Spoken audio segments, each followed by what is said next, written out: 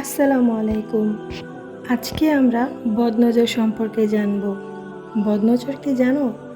বদনজর হলো হিংসুকের বিষাক্ত দৃষ্টি। অন্যের অর্জনে জ্বলতে থাকা হিংসুকের দৃষ্টি মূলত বদনজর। আমাদের চারপাশে এমন বহু মানুষ আছে যাদের আমরা চিনতে পারি না।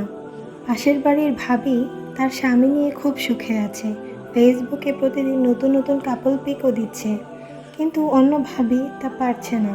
সেই ভাবির সুখ দেখে সে ভিতরে ভিতরে জ্বলছে আর বরদুয়া দিচ্ছে। সেই কারণে সুখে থাকার ভাবির সংসারে বদনজর লেগে গেল। তাদের মধ্যে ঝগড়া সৃষ্টি হলো।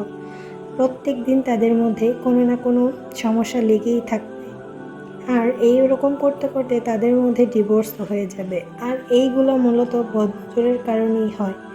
এটা বেশিরভাগ বিবাহিত বোনদের ক্ষেত্রেই হয়।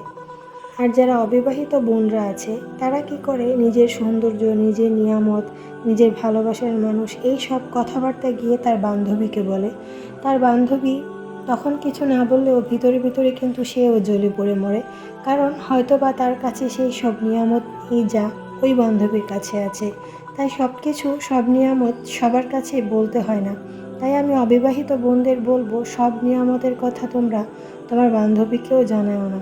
যদি জানো তাহলে দেখতে পারবা তার পরের দিনই তোমার মুখে পিম্পল ওঠা শুরু করবে, তোমার বয়ফ্রেন্ডের সাথে তোমার ঝগড়া হবে এবং এই রকম করে তোমাদের ব্রেকআপও হয়ে যাবে। আর আমাদের অবিবাহিতা ভাইরা কি করে, তারা নতুন একটা বাইক কেনে বা এরকম কোনো কিছু কিনে শো অফ করা শুরু করে। তারপর তাদের নজর লেগে যায়, অ্যাক্সিডেন্ট করে হয় তারা পা ভাঙে, না হয় তাদের বাইকটা নষ্ট হয়, তাদের গার্লফ্রেন্ডও তাকে ছেড়ে চলে যায়। প্রতিদিনই আমাদের সামনে এই ঘটনাগুলো অহরহই ঘটে চলেছে, আর আমরা অনেকেই বুঝতে পারি না। আর এই বিষয়ে আমাদের নবী সাল্লাল্লাহু আলাইহি ওয়াসাল্লাম কি বলেছেন জানেন? বদনজরের ফলে মানুষ অসুস্থ হয়ে পড়ে, স্বামী স্ত্রীর মধ্যে ঝগড়া বিচ্ছেদ হয়, পারিবারিক অশান্তি তৈরি হয়, এমনকি বদনজরের কারণে মানুষের মৃত্যু পর্যন্ত হয়। রাসূলুল্লাহ সাল্লাল্লাহু আলাইহি সাল্লাম বলেছেন, নিশ্চয়ই বদনজর মানুষকে কবরে প্রবিষ্ট করিয়ে দেয়। বদনজরের কারণে অনেক মানুষই মারা যায়। নিজের সব নিয়ামত প্রকাশ করবেন না, নিজের সব কিছু ফেসবুকে প্রকাশ করতে নেই। রাসূলুল্লাহ সাল্লাল্লাহু আলাইহি সাল্লাম বলেছেন, প্রতিটা নিয়ামত লাভকারী হিংসার শিকার হয়। আপনি পেয়েছেন, অন্যজন পায়নি, এই জন্য সে আপনাকে হিংসা করবে, বদনজর লাগাবে। ইমাম ইবনুল কাইয়িম রাহিমাহুল্লাহ বলেন, যারা বদনজরের আশঙ্কা করে বা ভয়ে থাকে, সে যেন তার সৌন্দর্যসমূহ গোপন করে বা লুকিয়ে রাখে। বদনজরকারী থেকে দূরে থাকুন। সমাজে অনেকের ব্যাপারেই প্রচলিত থাকে, অমুকের নজর খুব খারাপ। এরকম মানুষকে নিজের নিয়ামতের কথা জানানো থেকে বিরত থাকুন। কাজী ইয়াজ রাহিমাহুল্লাহ বলেন, যখন কারো ব্যাপারে জানা যায় যে তার বদনজর লেগে যায়, তবে তার থেকে বেঁচে থাকা যায় এবং তার থেকে দূরত্ব বজায় রাখা উচিত। বদনজর থেকে বাঁচার জন্য নবী সাল্লাল্লাহু আলাইহি সাল্লাম কিছু আমলের শিক্ষা দিয়েছেন। তার আগে মাশাআল্লাহ, বারাকাল্লাহ এগুলো বলতে উদ্বুদ্ধ করুন। সুন্দর ভালো কিছু দেখলে বা শুনলে নিজে যেমন মাশাআল্লাহ, বারাকাল্লাহ বলুন, তেমনি অন্যদেরকেও বলতে উৎসাহিত করুন। বদনজর থেকে বাঁচতে আমাদের নবী সাল্লাল্লাহু আলাইহি সাল্লাম আমাদেরকে কিছু আমল শিক্ষা দিয়ে গেছেন। চলুন আমরা এখন সেই আমলগুলো জেনে নিই। বদনজর থেকে বাঁচতে হলে এই সুন্নত আমলগুলো নিয়মিত করতে হবে।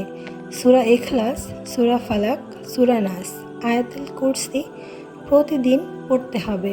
বিশেষ করে ফরজ নামাজের পর ও ঘুমানোর পূর্বে এগুলো পড়ার ব্যাপারে রাসূলুল্লাহ সাল্লাল্লাহু আলাইহি ওয়াসাল্লাম তাগিদ দিয়েছেন। সকাল সন্ধ্যায় বদনজর থেকে বাঁচতে হাদিসে বর্ণিত দোয়াটি পড়তে পারেন। রাসূলুল্লাহ সাল্লাল্লাহু আলাইহি সাল্লাম বলেন, যে ব্যক্তি সকাল ও সন্ধ্যায় এই দোয়াটি 3 বার পড়বে, তার উপর হঠাৎ কোনো বিপদ আসবে না। দোয়াটি স্ক্রিনে লিখে দেওয়া হলো, আপনারা দেখে মুখস্থ করে নেবেন এবং সকাল ও সন্ধ্যায় 3 বার করে পাঠ করবেন। বিশেষ দোয়া, রাসূলুল্লাহ সাল্লাল্লাহু আলাইহি ওয়াসাল্লাম তার নাতি হাসান হুসাইনের জন্য এই দোয়াটি পড়তেন। শুধু তাই না, ইব্রাহিম আলাইহিস সালামও তার 2 ছেলের জন্য এই দোয়াটি পড়তেন। দোয়াটিও স্ক্রিনে লিখে দেওয়া হলো, আপনারা দেখে শিখে নেবেন। নিয়মিত দুরূদ ও জিকির করা, সব সময় দুরূদ এবং জিকির পড়ার চেষ্টা করতে হবে। কাজের মধ্যে যেসব আমল করা যায়, একা একা বসে যেসব আমল করা যায়, তার মধ্যে দুরূদ ও জিকির উত্তম ও অন্যতম।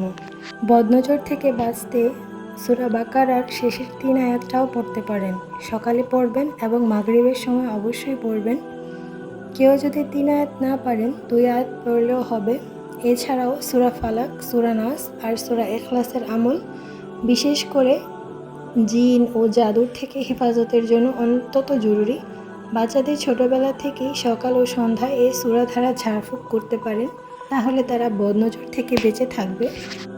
রাসূলুল্লাহ সাল্লাল্লাহু আলাইহি সাল্লাম আরও বলেছেন, যে কোনো বিপদ আপদ থেকে আল্লাহর কাছে আশ্রয় প্রার্থনা করার জন্য সূরা ফালাক ও সূরা নাসের মতো আর কোনো সূরা নেই। আল্লাহ তাআলা আমাদের সবাইকে হিংসুকের হিংসা ও বদনজর থেকে হেফাজতে রাখুক। আমিন।